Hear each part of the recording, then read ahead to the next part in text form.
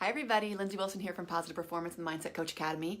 Today I want to talk about the 3 things that as a coach, if you can solve these 3 things, you will be golden. You will absolutely get to the next level in your coaching, which is I know what a lot of you guys are looking for. You have this sort of nagging feeling that you could be coaching at a higher level, impacting your athletes more, and just helping them more grow as young people, not just as athletes. And so I'm going to talk about these 3 things. I've been a mindset coach for 12 to 14 years. I think I officially started my business 12 years ago, but I was doing a few years before that. And I played at the high school, collegiate, or professional level for 15 years. So I use all of this stuff myself as an athlete, as an elite athlete, and then started working with elite athletes in my 20s. And so, everyone, this is what I want to say. Everyone, every athlete, every human that I've ever worked with thinks they're really unique in their problems, right? And as a coach, I know that most people struggle with the same things. So if you are a coach, it will come as no surprise that there are 3 really main things that if you can figure out how to fix or solve with your athletes, you will be 80 to 90% of the way there to solving the issues with your athletes and with your team. So number 1 is confidence issues. And by the way, none of these 3 things exist in isolation. They often overlap. A lot of times athletes are struggling with all 3, but I think it is still helpful to understand that there are 3 main issues. Okay, so the first one is confidence. And, a lot of times coaches really try to instill confidence in their athletes. Okay, so they try to coach from a positive perspective, which is great. And I love that new sort of way of doing it that a lot of you guys are on board with, positive coaching. I think that's really important.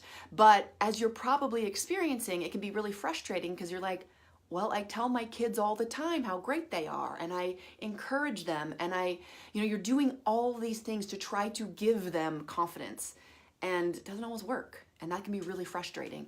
And really, what I have seen from a confidence standpoint and teaching confidence is that it really has to come from the inside out.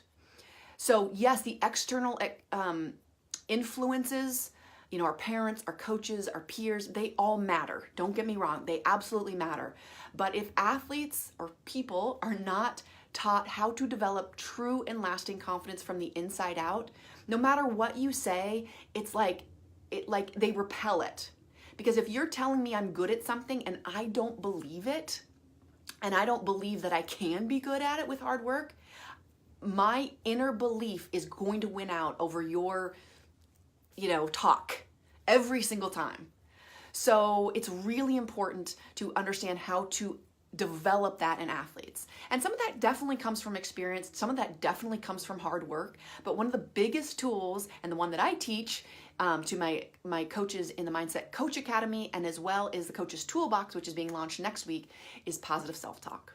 It is such a simple tool, but it is so empowering and effective when athletes truly learn that their inner dialogue is setting them up for success or failure every moment of every day, and they understand that they have the power to change that.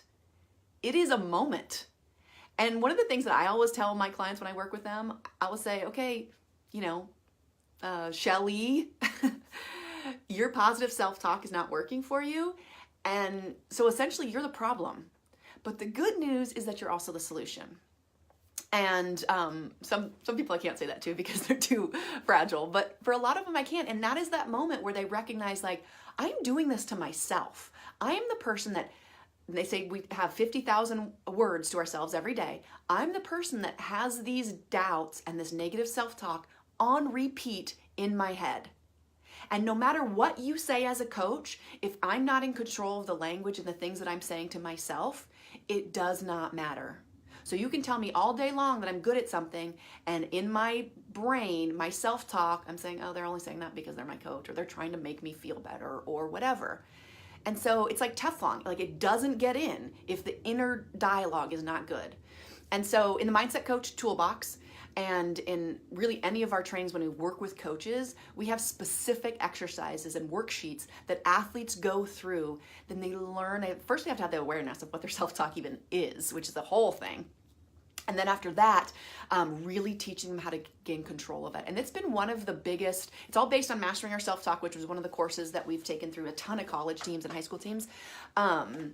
And it is an empowering moment when athletes start recognizing that they're in control of their self-talk. And it makes a huge difference not only in their performance, but in their life. So that's number one, confidence. Number two, guys, I see a bunch of people just popped on. Say hi, because I just see numbers. I don't see who's on. Or give me a thumbs up or a heart or whatever, so I know that you're listening and you're on. And you can also put questions below if anything's coming up as I talk about these things. So number one is confidence. Number two is mental toughness or resilience. And, oh, hi, Marissa. So one of the things with this that I think is really surprising is a lot of people, again, as a coach, feel like they have to make their athletes mentally tough. And it's like they're banging their head against the wall trying to make this happen.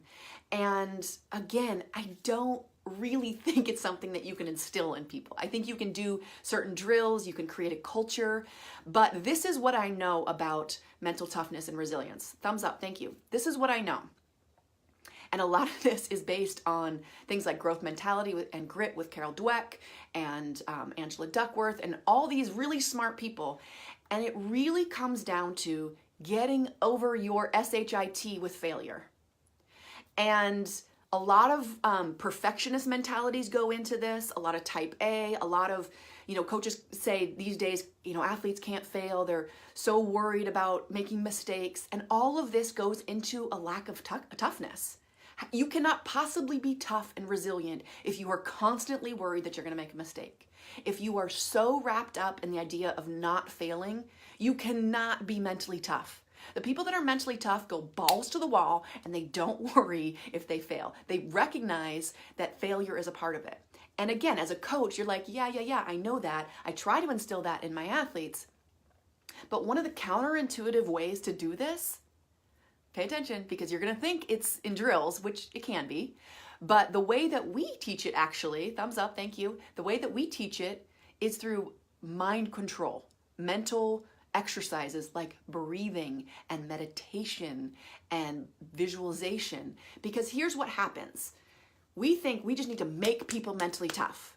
Really what we need to do is we need to remove all of the barriers to them giving all of themselves, getting over their stuff, all the thoughts and clutter that's in their brain, all the thinking, all the overwhelm that they're feeling when they're competing or just in their life. That is the stuff that needs to be removed to get to mental toughness. You cannot be mentally tough and resilient if you are in your own brain all the time. And I know you see this with your athletes.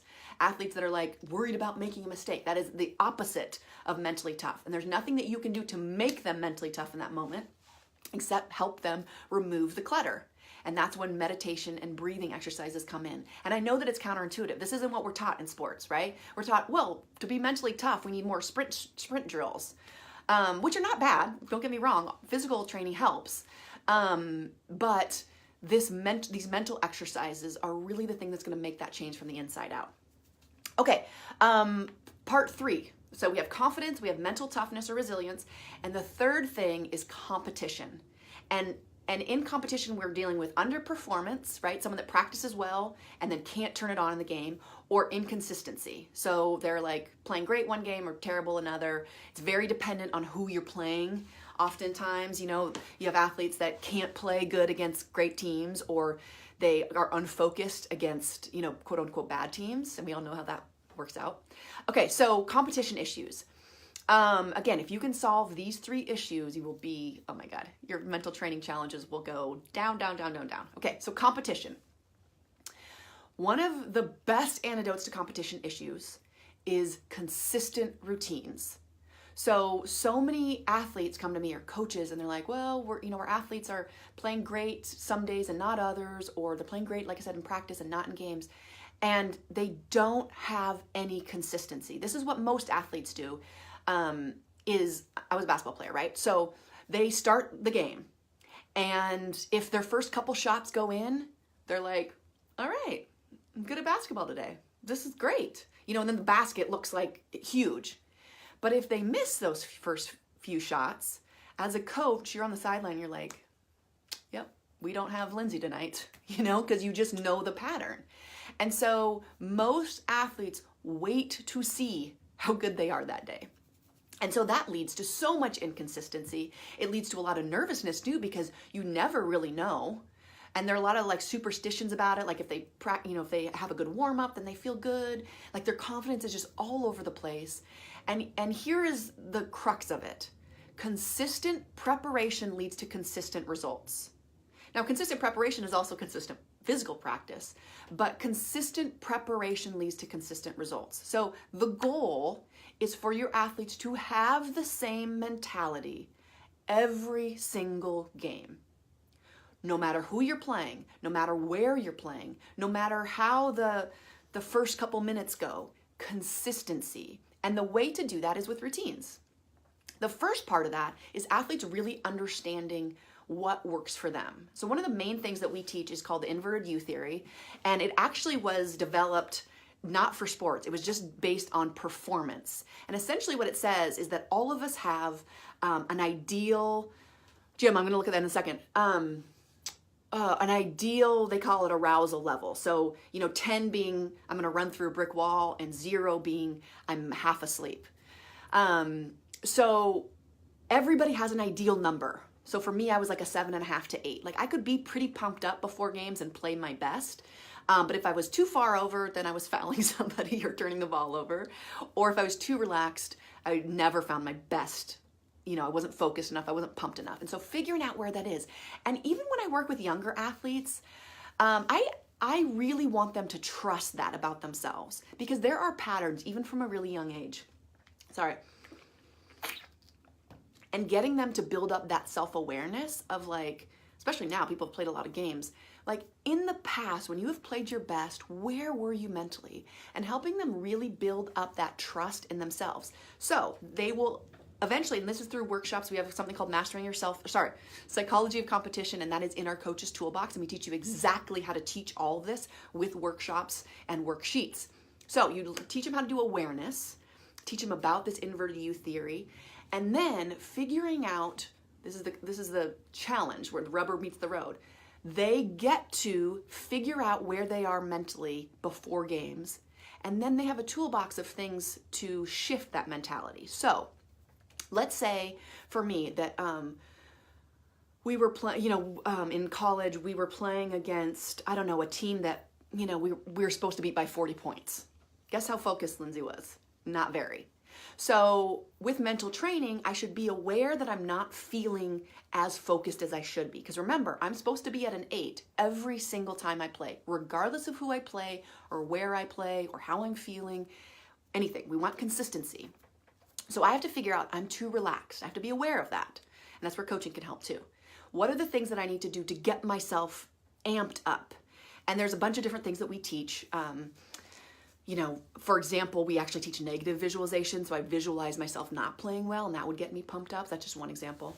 Or if I'm feeling too hyped up and I'm like, just like really wanting to like tear somebody's head off, I could have some of that, but not too much. So I'd have to ramp myself down with breathing exercises, meditation, again, some different visualization exercises, sometimes even warming up more and kind of burning off some of that cortisol and adrenaline. So, and then there's a post-competition routine to reflect and figure out what worked and what didn't. And this is the kind of stuff that I work with my individual athletes, right? People that are going into college and they're trying to figure out their pre-race routine. Like I was working with a swimmer for a few years. Their pre-race routine so that they are in the same mindset every single time they compete. And as a coach, if you have not embraced mental training, it's probably because you didn't know where to start, right? And you felt like there was one more thing to do and it feels overwhelming. And really that is why we developed the Coach's Toolbox, which we launch next week. And it's really gonna give you this complete toolbox so that you can solve a lot of different mental training problems, but especially these top 3. Because again, if you can solve these top 3, confidence, mental toughness, resilience, and competition issues, I cannot tell you how much your mental training challenges will go down. you will be shocked and you will feel empowered because you will have the toolbox and the tools to be able to maximize your impact and really have an efficient way to train your athletes and get the performance that you guys are all working for, right? So really putting together the physical and the mental is going to allow you to maximize your impact that way. Jim, thank you. It looks like you're sharing this. For those of you that love this video, if you have a coaching colleague, please share that with them. We're having a webinar next week, and this is where we are going to dive into the actual Coach's Mental Training Toolbox. And it is a paid program. The webinar is free, but the webinar is about our Toolbox, which is a paid program. But I'm going to be diving into it, and you're going to ask all your questions, get them answered, and really figure out if the Coach's Toolbox is for you. And again, this is for somebody that's trying to get to the next level of their coaching. And if that's you, I'd love for you to join us. I will put the link to the webinar below. We are actually oversold already. Thanks for the thumbs up. We are actually overbooked, I should say, this because it's not a paid thing. We are overbooked already. But it is first come, first serve. So if you want to register and show up a little early, you'll get to reserve your seat. And I hope to see you there. I hope this was helpful. If this was helpful, give me a comment or a thumbs up or a love sign below. Trying to do more of these videos and give you guys some tools to use within your toolbox. All right, have a great day. Bye.